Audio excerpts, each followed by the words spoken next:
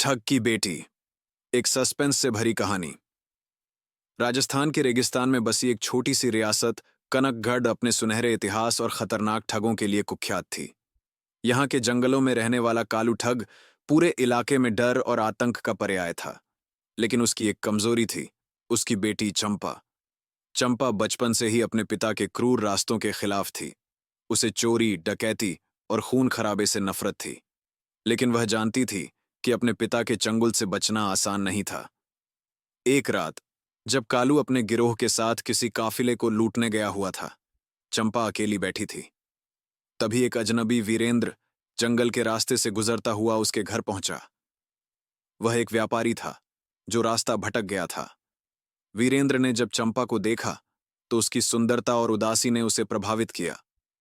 लेकिन जैसे ही उसे पता चला कि वह कुख्यात ठग की बेटी है, उसके चेहरे पर डर झलक उठा। चंपा ने कहा, डरो मत, मैं तुम्हें यहां से सुरक्षित निकाल दूंगी, लेकिन तुम्हें मुझसे एक वादा करना होगा। क्या वादा? वीरेंद्र ने पूछा। मुझे इस नरक से बाहर निकालने में मेरी मदद करोगे? वीरेंद्र कुछ देर सोचता रहा और फिर उसने सिर हिला दिया। लेकिन उसे नहीं पता था कि यह वादा उसकी जिंदगी को एक ऐसे सस्पेंस में डाल देगा जिससे निकलना नामुमकिन था। अगली रात चंपा और वीरेंद्र जंगल के रास्ते से भागने लगे, लेकिन कालू को इसकी भनक लग गई। उसने अपने ठगों को आदेश दिया कि चाहे कुछ भी हो, चंपा को वापस ले आओ, जिंदा या मुर्दा। भागते भागते चंपा और वीरेंद्र एक खंडहर में छुप गए। लेकिन तभी वहां से किसी के कदमों की आहट आई। चंपा, तुम यहां से भाग नहीं सकती, ये तुम्हारा नसीब है। यह आवाज किसी और की नहीं, बल्कि चंपा के भाई रणवीर की थी, जो अपने पिता का सबसे वफादार आदमी था।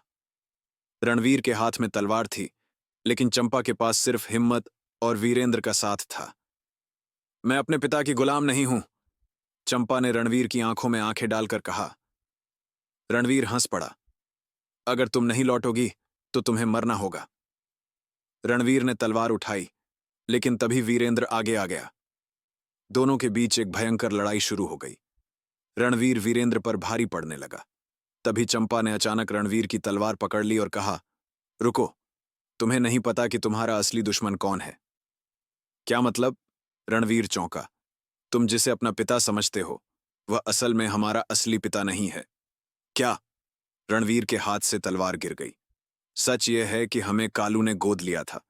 उसने हमारे असली माता पिता को मार दिया और हमें इस जुर्म की दुनिया में धकेल दिया। यह सुनते ही रणवीर की दुनिया हिल गई। उसके मन में तूफान उठने लगा। रणवीर अब कालू से बदला लेना चाहता था। उसने चंपा और वीरेंद्र के साथ मिलकर एक योजना बनाई। अगली रात, जब कालू अपने ठगों के साथ काफिले को लूटने निकला, तभी रणवीर ने वीरेंद्र और चंपा के साथ मिलकर उसे घेर लिया।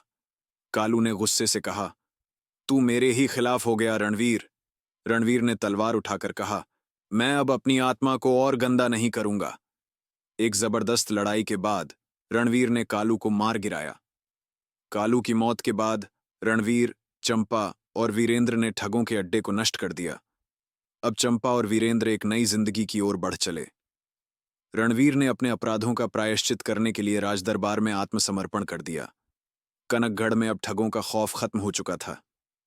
और चंपा, वह अब सिर्फ ठग की बेटी नहीं थी, वह एक नई कहानी की शुरुआत थी। दोस्तों, ये कहानी आप लोगों को कैसी लगी कमेंट करके जरूर बताना। और आप सभी जो यहां तक पहुंच गए, प्लीज चैनल को सब्सक्राइब कर दीजिए, साथ ही घंटी के बटन को भी दबा दें, जिससे अगली कहानी सबसे पहले आप तक पहुंच जाएगी। दोस्तों, आप सभी से एक बार फिर से निवेदन करता हूं कि आप चैनल को सब्सक्राइब करके घंटी के बटन को दबा दीजिए। बहुत बहुत धन्यवाद।